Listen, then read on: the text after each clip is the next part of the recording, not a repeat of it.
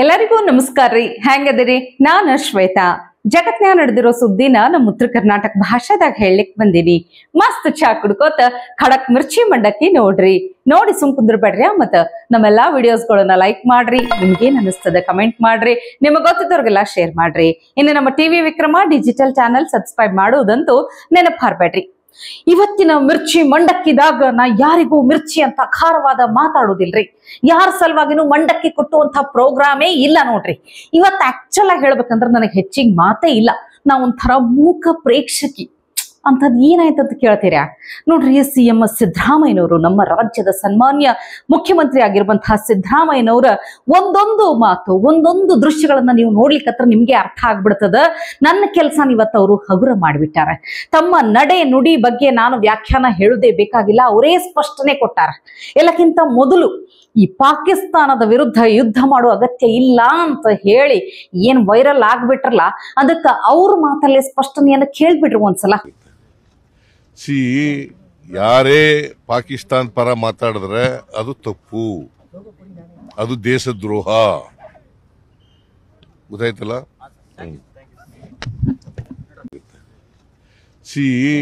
ಯಾರೇ ಪಾಕಿಸ್ತಾನ ಪರ ಮಾತಾಡಿದ್ರೆ ಅದು ತಪ್ಪು, ಅದು ದೇಶದ್ರೋಹ.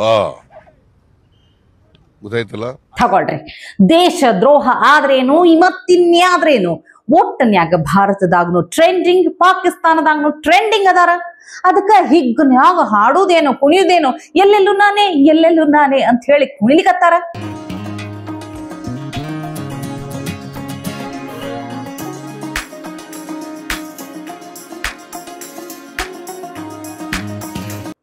ನಾ ಮೊದಲೇ ಹೇಳ್ದಂಗ ಇನ್ನೊಬ್ಬರ ಖುಷಿ ನೋಡಿ ನಾನು ದುಃಖ ಪಡುವ ಮನಸ್ಸು ನಂದಲ್ರಪ್ಪ, ಅಂತ ವ್ಯಕ್ತಿತ್ವನೇ ನಂದಲ್ಲ.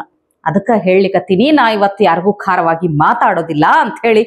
ಇನ್ನ CM ಸಿದ್ದರಾಮಯ್ಯನವರ ಈ ಎಲ್ಲ ಸಾಧನೆಗಳನ್ನ ಕಂಡು ಒಂದು ಅದ್ಭುತವಾದ ಸನ್ಮಾನನೇ ಆಯ್ತು ಅವರಿಗೆ.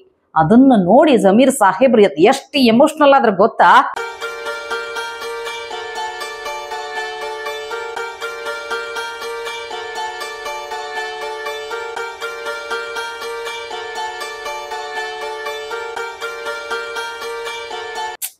ನೋಡ್ರಿ, ಇನ್ನೊಬ್ಬರ ಅಭಿವೃದ್ಧಿ, ಇನ್ನೊಬ್ಬರ ಪ್ರಗತಿ, ಇನ್ನೊಬ್ಬರ ಏಳಿಗೆ ಕಂಡು ಅಸೂಯೆ ಪಡುವವಳು ನಾ ಅಲ್ಲ. ಹೊಟ್ಟಿ ಕಿಚ್ಚ ಅನ್ನೋದು ಯಾರಿಗೂ ಇರಬಾರ್ದಂತಿ ನೋಡ್ರಿ. ಆಗ್ಲಿ ರೀ, ಅವ್ರಿಗೆ ಇಂಥವೇ ಮತ್ತಷ್ಟು ಮಗದಷ್ಟು ಸನ್ಮಾನಗಳು ಆಗ್ಲಿ, ಬೇಡ ಅಂದವ್ರು ಯಾರು? ಆದ್ರ ಅವ್ರು ಯಾರ ಪರವಾಗಿ ನಿಂದಿರ್ತಾರಲ್ಲ, ಅವ್ರು ಮಾಡುವಂತಹ ಕೆಲಸಗಳು ಎಂತೆಂಥವು ಗೊತ್ತಾ? ಈ ಟ್ರೇನು, ಪ್ಲೇನು, ಬಸ್ಸು ಅನ್ನೋದು ಯಾವ ಜಾಗ ಅಂತನೂ ನೋಡೋದಿಲ್ಲ, ಯಾವ ಟೈಮ್ ಅಂತನೂ ಕೇಳೋದಿಲ್ಲ. ಕಂಡಲ್ಲಿ ಸಾರ್ವಜನಿಕ ಸ್ಥಳಗಳಲ್ಲಿ ನಮಾಜ್ ಮಾಡೋದು ಒಂಥರ ಅವರು ರೂಢಿ ಮಾಡ್ಕೊಂಡ್ ಬಿಟ್ಟಾರ. ಇಲ್ಲಂತೂ ಒಬ್ಬ ಡ್ರೈವರ್ ಕಮ್ ಕಂಡಕ್ಟರ್ ನಡುದಾರಿಯಾಗೆ ಬಸ್ ನಿಂದಿರ್ಸಿ ನಮಾಜ್ ಮಾಡ್ಲಿಕ್ಕೆ ಕುಂತ ಬಿಟ್ರು. ಅಲ್ರಿ, ಕಾಯಕವೇ ಕೈಲಾಸ ಅಂತ ಬಸವಣ್ಣನವರು ಹೇಳ್ತಾರೆ. ಸರ್ಕಾರಿ ಕೆಲಸ ದೇವರ ಕೆಲಸ.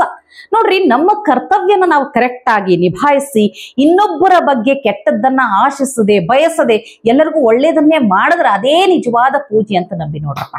ಇವ್ರು ನೋಡಿದ್ರ ನಡುದಾರಿಯಾಗ ತಮ್ಮ ಕಾಯಕ ಕರ್ತವ್ಯನ ನಿಂದರ್ಸಿ ಅಷ್ಟು ಮಂದಿ ಬಸ್ನ್ಯಾಗ ಕುಂತಾರ. ಅವ್ರು ಎಲ್ಲೋ ಹೋಗು ಅರ್ಜೆಂಟ್ನ್ಯಾಗ ಇರ್ತಾರ, ಅವ್ರನ್ನೆಲ್ಲ ಕಾಯಿಸಿ ನಡುದಾರಿಯಾಗ ನಮಾಜ್ ಮಾಡ್ತಾರ ಅಂದ್ರೆ ಏನ್ ಹೇಳ್ಬೇಕು?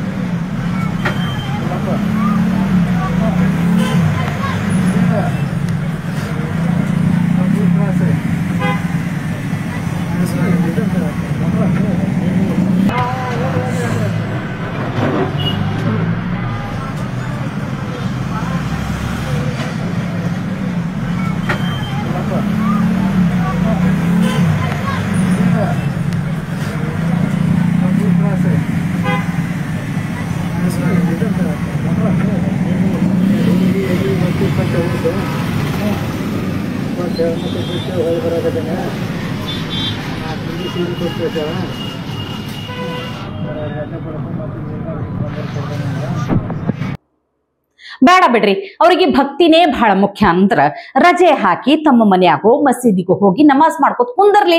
ಬೇಡ ಅಂದವ್ರು ಯಾರು? ಆದ್ರೆ ಇನ್ನ ಒಂದ್ ಅಂಜಿಕೆ ಏನ್ ಗೊತ್ತಾ? ಹಿಂಗ ಬಸ್ನ್ಯಾಗ ದಿನ ನಮಾಜ್ ಮಾಡ್ಕೊಂಡ್ ಒಂದ್ ದಿನ ಆ ಬಸ್ಸನ್ನು ವಕ್ಫ್ ಆಸ್ತಿ ಅಂತ ಬೋರ್ಡ್ ಹಾಕೊಂಡು ಬಿಟ್ರು ಆಶ್ಚರ್ಯ ಇಲ್ಲ ನೋಡ್ರಿ. ಅದಕ್ಕ ಎಚ್ಚರದಿಂದ ಇರ್ರಿ.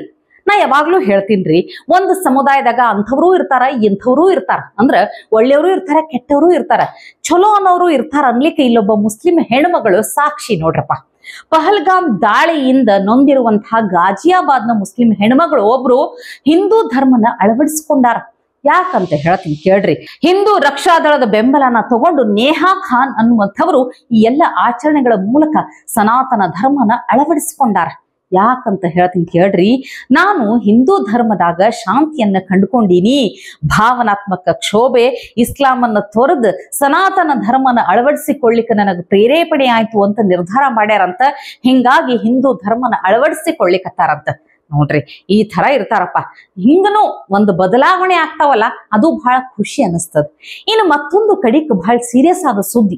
ಈ ಪಹಲ್ಗಾಮ್ ಅಟ್ಯಾಕ್ ಆದ್ಮೇಲೆ ಪಾಕಿಸ್ತಾನಕ್ಕೆ ಏನೆಲ್ಲ ಬುದ್ಧಿ ಕಲಿಸ್ಬೇಕಂತ ಹೇಳಿ ಭಾರತ ಸರ್ಕಾರ ಬಹಳಷ್ಟು ಮಹತ್ವದ ನಿರ್ಧಾರಗಳನ್ನ ತಗೊಳ್ಳಿಕತ್ತದ. ಅದು ಅಲ್ಲದೆ ನಿನ್ನೆ ಒಂದು ಬಹಳ ಇಂಪಾರ್ಟೆಂಟ್ ಸಭೆ ಇತ್ತು ನೋಡ್ರಿ. ಒಂದಿಷ್ಟು ನಿರ್ಧಾರಗಳು ಏನಿರ್ತಾವಲ್ಲ, ಈ ಮಾಧ್ಯಮದ ಮುಂದಾಗ್ಲಿ ಅಥವಾ ಎಲ್ಲರಿಗೂ ಗೊತ್ತಾಗೋ ಥರದಾಗ ಹೇಳಲಿಕ್ಕಾಗೋದಿಲ್ಲ. ಗೌಪ್ಯತೆಯನ್ನ ಕಾಪಾಡ್ಕೊಂಡಿರ್ಬೇಕಾಗ್ತದೆ. ಯಾಕಂದ್ರೆ ಎರಡೂ ದೇಶಗಳ ನಡುವೆ ಆಗುವಂತಹ ಕೆಲಸಗಳು, ಹಂಗ ಗೌಪ್ಯತೆಯನ್ನು ಕಾಪಾಡಿಕೊಂಡೇ ಆ ನಿರ್ಧಾರಗಳನ್ನು ಇಂಪ್ಲಿಮೆಂಟ್ ಮಾಡ್ಬೇಕಾಗ್ತದ. ಆ ಎಲ್ಲಾ ಕೆಲಸಗಳನ್ನ ಮೋದಿ ಸರ್ಕಾರ ಮಾಡ್ಲಿಕ್ಕತ್ತದ. ಇದೆಲ್ಲದರ ನಡುವೆ ನಿಮ್ಗೆಲ್ಲ ಗೊತ್ತಿರ್ಬೇಕು, ಯಾವಾಗ ಈ ಅಟ್ಯಾಕ್ ಆದ್ಮೇಲೆ ಭಾರತದಾಗಿರುವಂತಹ ಪಾಕಿಸ್ತಾನ ಮೂಲದ ಮಂದಿನ ಹೊಳ್ಳಿ ಅವ್ರ ದೇಶಕ್ಕೆ ಅವ್ರಿಗೆ ಕಳಿಸ್ರಿ ಅಂತ ಹೇಳಿ ಗಡುವು ಕೊಟ್ಟಾರ ನೋಡ್ರಿ. 2 ದಿನಗಳ ಗಡುವಿನ್ಯಾಗ ಪ್ರಾಕ್ಟಿಕಲಿ ಎಲ್ಲಾರನ್ನು ಹೊಳ್ಳಿ ಕಳಿಸ್ಲಿಕ್ಕೆ ಆಗುದಿಲ್ಲ. ಇನ್ನೂ ಬಹಳಷ್ಟು ಮಂದಿ ಭಾರತದಾಗ ಅದಾರ. ಎಂತೆಂತ ಚಿತ್ರ ವಿಚಿತ್ರ ಕೇಸ್ಗಳು ಹೊರಗೆ ಬಂದಾವ್ ನೋಡಿರಿಲ್ ನೀವು. ನೋಡ್ರಿ, ಭಾರತದಿಂದ ಹೋಗ್ಲಿಕ್ಕೆ ಎಷ್ಟೋ ಮಂದಿ ಗಳಗಳ ಅಂತ ಅಳ್ಕೋತ ಹೋಗ್ಲಿಕ್ಕತ್ತಾರಂತ. ನೋಡ್ರಿ, ತಮ್ಮ ದೇಶಕ್ಕೆ ತಾವು ಹೋಗ್ಲಿಕ್ಕೆ ಅಳ್ಳಿಕತ್ತಾರಂದ್ರ ಅಲ್ಲಿನ ಪರಿಸ್ಥಿತಿ ಹೆಂಗದಂತ ಗೊತ್ತಾಗ್ತದ. ಅದ್ರಾಗ ಈ ದಬಾಯ್ ರಾಮ್ ಅನ್ನುವಂಥವ್ರ ಕಥೆ ಭಾರಿ ಡಿಫ್ರೆಂಟ್ ಅದಾರೆ. ಈಗ ಭಾರತದಾಗ ಈ ದಬಾಯ್ ರಾಮ್ ಅನ್ನುವಂಥವ್ರು ಕುಲ್ಫಿ ಐಸ್ ಕ್ರೀಮ್ ಮಾರಾಟ ಮಾಡ್ಕೊಂಡು ಜೀವನ ಮಾಡ್ಲಿಕ್ಕತ್ತಾರಂತ. ಆದ್ರೆ ಇವ್ರದ್ದು ಇತಿಹಾಸ ತೆಗೆದು ನೋಡಿದ್ರೆ 25 ವರ್ಷದ ಹಿಂದೆ ಪಾಕಿಸ್ತಾನದ ಸಂಸದರಾಗಿದ್ರಂತ, ಎಂಪಿ ಆಗಿದ್ರಂತ. ಅಷ್ಟ ಅಲ್ರಿ, ಇವ್ರಿಗೆ ತಮ್ಮ ಪೂರ್ವಜರ ಹೆಸರಿನ್ಯಾಗ 25 ಎಕರೆ ಕೃಷಿ ಜಮೀನ ಪಾಕಿಸ್ತಾನದಾಗದಂತ. ನೋಡ್ರಿ ಹೆಂಗದ, ತಮ್ಮ ಹೆಸರಿನಾಗ ಇಷ್ಟು ದೊಡ್ಡ ಆಸ್ತಿ ಐತಿ ಪಾಕಿಸ್ತಾನದಾಗ. ಅಷ್ಟೇ ಅಲ್ಲ, ಹಿಂದೊಮ್ಮೆ ಜನಪ್ರತಿನಿಧಿಯಾಗಿ ಸರ್ಕಾರದ ಭಾಗ ಆಗಿದ್ದಂಥವ್ರಿಗೆ ಪಾಕಿಸ್ತಾನ ಬ್ಯಾಡ್ ಆಗ್ಯದ.